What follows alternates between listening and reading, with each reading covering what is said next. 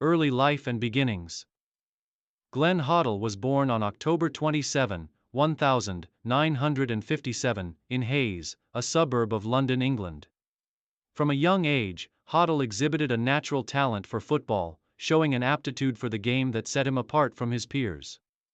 His early life in West London was shaped by a working-class environment, but it was clear that his skills on the field would lead him to greater things. As a child, Hoddle joined the local team, and it wasn't long before his ability to control the ball, his vision on the field, and his technical prowess caught the attention of scouts from higher-level clubs.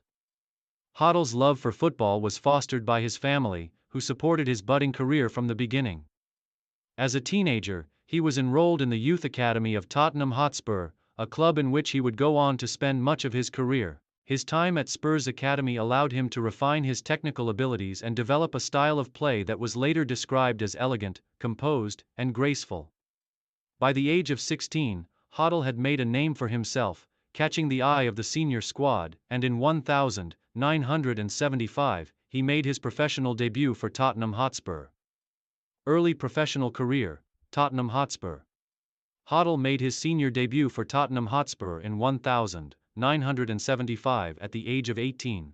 Despite his young age, his composure and flair immediately stood out, and it became clear that Hoddle was not just another promising talent, but a player with a unique style.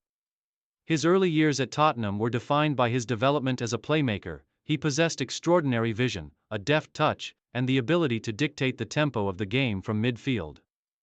Hoddle's creative prowess was already evident, as he displayed a rare ability to pick out incisive passes and orchestrate his team's attacking play. During the late 1997s and early 1980s, Hoddle quickly became a regular fixture in the Spurs' first team. As one of the best English midfielders of his generation, he helped lead the team to several notable successes. Under the management of Keith Birkinshaw, Tottenham won the FA Cup in 1981 and again in 1982, with Hoddle playing a key role in both triumphs. The 1981 FA Cup victory was particularly significant, as Hoddle's calm, composed passing in the final against Manchester City showcased his immense talent. His performances were not just limited to domestic competitions. Hoddle became known for his brilliant ball control and passing range, abilities that made him a standout player in English football. Rise to prominence. The 1980s and international recognition. As the 1980s unfolded, Hoddle's reputation grew, not just in England but also abroad. His technical brilliance, vision, and ability to pick out the perfect pass made him one of the most admired midfielders in European football. In 1984, Tottenham Hotspur won the UEFA Cup, an achievement that showcased the team's growing strength on the international stage. Hoddle was instrumental in this success, with his composure and creativity in midfield proving vital to the team's attacking play. During the 1980s, Hoddle began to make regular appearances for the England national team. His elegant style of play stood out among the more traditional English midfielders, and he quickly became a key figure for the national side.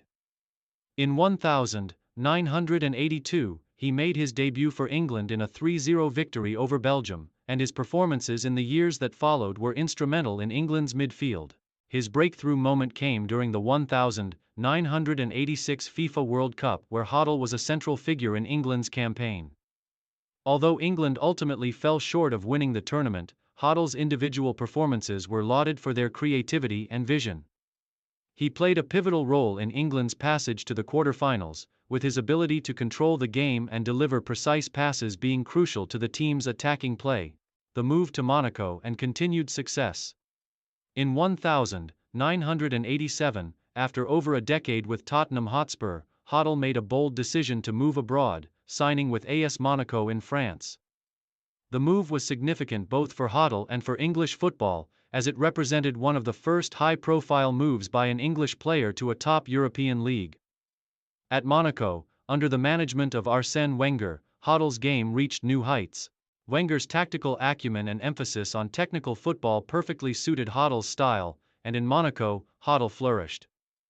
During his time in France, Hoddle won the French Cup in 1991 and continued to showcase his remarkable playmaking ability. His time in Monaco helped him refine his style further, as he was given the freedom to express his creativity on the ball. Hoddle became one of the best midfielders in Europe. And his time in Monaco also had the effect of further enhancing his profile on the international stage. Return to England. A new chapter at Chelsea.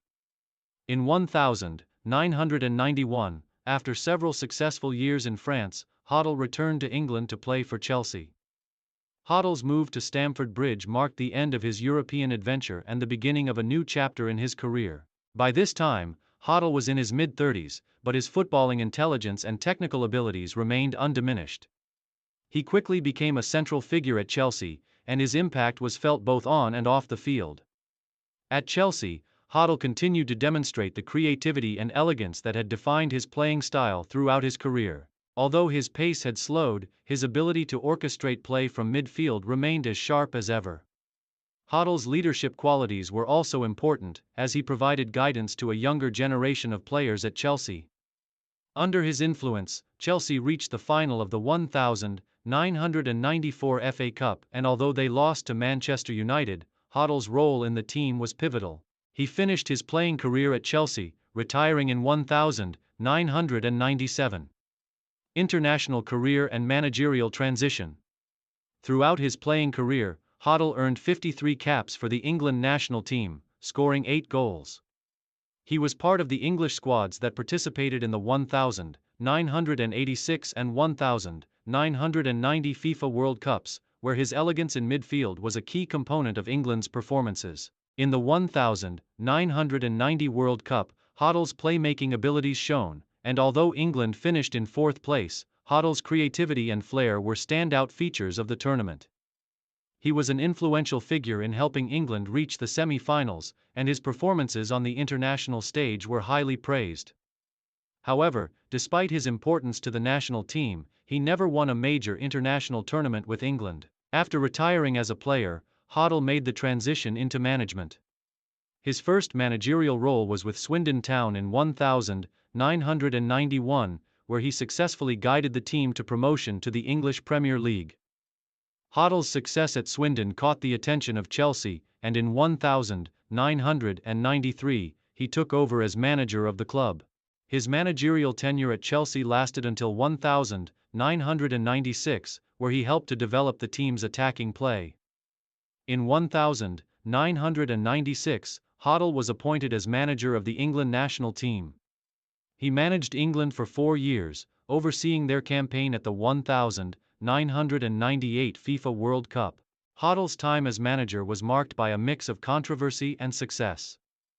Although he faced challenges and criticism during his tenure, Hoddle remained steadfast in his belief in playing an attractive and attacking brand of football. He left his position as England manager in 1999 following a turbulent period.